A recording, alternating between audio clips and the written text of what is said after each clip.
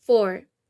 When Isbosheth son of Saul heard that Abner had died in Hebron, he lost courage, and all Israel became alarmed. Now Saul's son had 2 men who were leaders of raiding bands. One was named Thana and the other Rechab. They were sons of Rimmon, the Berechites from the tribe of Benjamin. Berechites is considered a part of Benjamin, because the people of the Beret fled to Gittim and have lived there as aliens to this day. Jonathan son of Saul had a son who was lame in both feet. He was 5 years old when the news about Saul and Jonathan came from Jezreel.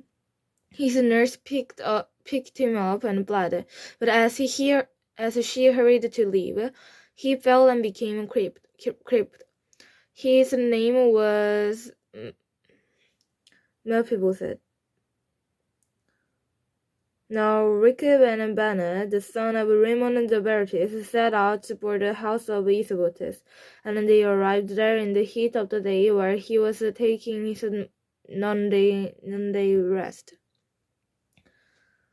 They went into the inner part of the house, as if to get some of the inner part of the house, to get some wheat, and they stabbed him in the stomach. Then Rechab and his brother Baanah slipped away. They had gone into a house where he was lying on the bed in his bedroom. After they stabbed and killed him, they cut off his head, taking it with them. They traveled all night by way of the Arah. They brought the head of the Isbosheth to David at Hebron and said to the king, "Here is the head of the Isbosheth son of Saul, your enemy who tried to take your life. This day the Lord has avenged my lord and king against Saul and his offspring." David answered Rechab and his brother Baanah, "The son of Rimmon the Berechites, as surely as the Lord lives, who has delivered me out of all trouble. When a man told me, 'Saul is dead,' and thought he was bringing good news, I seized him and put him to death in Ziklag. That was the reward I gave him for his news. How much more when wicked men have killed an innocent man in his own house and on his own bed? Should I not now demand his blood from your hand and rid the earth of you?" So David gave an order to his men, and they killed them. They cut off their hands and feet and hung the bodies by the poor in Hebron. But they took the head of Isbosheth and buried it under Abner's tomb at Hebron. 5. All the tribes of Israel came to David at Hebron and said, "We are your own flesh and blood. In the past, where Saul was king over us, you were the one who led Israel on the military campaign. And the Lord said to you, 'You will shepherd my people Israel, and you will become the ruler.'" When all the elders of Israel had come to King David at Hebron, the king made a compact with them at Hebron before the Lord, and they anointed David king over Israel. David was 30 years old when he became king, and he reigned 40 years. In Hebron he reigned over Judah 7 years and 6 months, and in Jerusalem he reigned over all Israel and Judah 33 years. The king and his men marched to Jerusalem to attack the Jebusites, who lived there. The Jebusites said to David, "You will not get in here. Even the blind and the lame can ward you up." They thought, "David cannot get in here." Nevertheless, David captured the fortress of Zion, the city of David. On that day, David said, "Anyone who conquers the Jebusites will have to use the water shaft of reach those lame and blind who are David's enemies." That is why they say, "The blind and the lame will not enter the palace."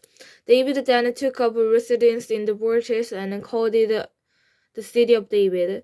He built up the area around it from the supporting trusses inward, and he became more and more powerful, because the Lord God Almighty was with him. Now Hiram, king of Tyre, sent messengers to David, along with cedar logs and captures and stone mags.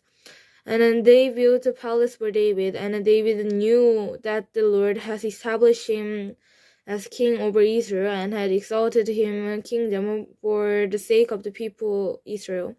After he left Hebron, David took more concubines and wives in Jerusalem, and more sons and daughters were born to him. These are the names of the children born to him there: Shanuma, Shuab, Natan, Solomon, Eber, Ishla, Napeg, Japhia, Elishman, Elida, and Elipet. When the Philistines heard that David had been anointed king over Israel, they went up in full force to search for him. But David heard about it and went down to the stronghold. Now the Philistines had come and spread out in the valley of Rephaim. So David inquired of the Lord, "Shall I go and attack the Philistines? Will you hand them over to me?" The Lord answered him, "Go, for I will surely hand the Philistines over to you." So David went to Baala's Perez, and there he defeated them. He said, "As waters break out, the Lord has broken out against my enemies before me." So that the place was called Bar Perez. The Philistines abandoned their idols there, and David and his men carried them up. Once more the Philistines came up and spread out in the valley of Rephaim. So David inquired of the Lord, and he answered, "Do not go straight up, but circle around behind them and attack them in front of the balsam trees. As soon as you heard the sound of marching in the tops of the Baal stream, move quickly, because that will mean the Lord has gone out in front of you to strike you Philistines' army." So David did as the Lord commanded him, and he struck down the Philistines all the way from Gibeon to Gezer. 6. David again brought together out of Israel chosen men, 30,000 in all. He and all his men set out from Bela of Judah to bring up from there the ark of God, which is called by the name of the Lord Almighty, who is enthroned between the cherubim that are on the ark. They set the ark of God on the new cart and brought it from the house of Abinadab, which was on the hill. Uzzah and Ahio, son of Abinadab, were guiding the new cart with the ark of God on it, and Ahio was walking in front of it. David and the whole house of Israel were celebrating with all their might before the Lord, with songs and with harps, lyres, tambourines, sistrums, and cymbals. When they came to the threshing floor of Nacon, Uzzah reached out and took hold of the ark of God, because the oxen stumbled. The Lord's anger burned against Uzzah because of his irreverent act. Therefore God struck him down, and he died there beside the ark of God. Then David was angry because the Lord's wrath had broken out against Uzzah, and to this day the place is called Perez Uzzah. David was afraid of the Lord that day and said, How can the ark of the God ever come to me?" He was not willing to take the ark of the Lord to be with him in the city of David. Instead, he took it aside to the house of Obed-Edom the Gittite. The ark of the Lord remained in the house of Obed-Edom in the Gittite for 3 months, and the Lord blessed him and his entire household. Now King David was told, "The Lord has blessed the household of Obed-Edom of God." So David went down to brought the ark of God from the house of Obed-Edom to the city of David with rejoicing. When those who were carrying the ark of the Lord had taken 6 steps, he sacrificed a bull and fattened the calf. David, wearing a linen ephod, danced before the Lord with all his might, while he and all the entire house of Israel brought up the ark to the Lord with shouts and the sound of trumpets. As the ark of the Lord was entering the city of David, Michal, daughter of Saul, watched from the window, and when she saw King David leaping and dancing before the Lord, she despised him in her heart. They brought the ark of the Lord and set it in its place inside the tent of David, had pitched for it, and David sacrificed burnt offerings and fellowship offerings before the Lord. After he had finished sacrificing the burnt offering and fellowship offerings, he blessed the people in the name of the Lord Almighty. Then he gave a loaf of bread, a cake of dates, and a cake of raisins to each person in the whole crowd of Israel, both men and women. And all the people went to their homes. When David returned home to bless his household, Michal, daughter of Saul, came out to meet him and said, "How the king of Israel distinguished himself today. His servant has any valuable fellow would.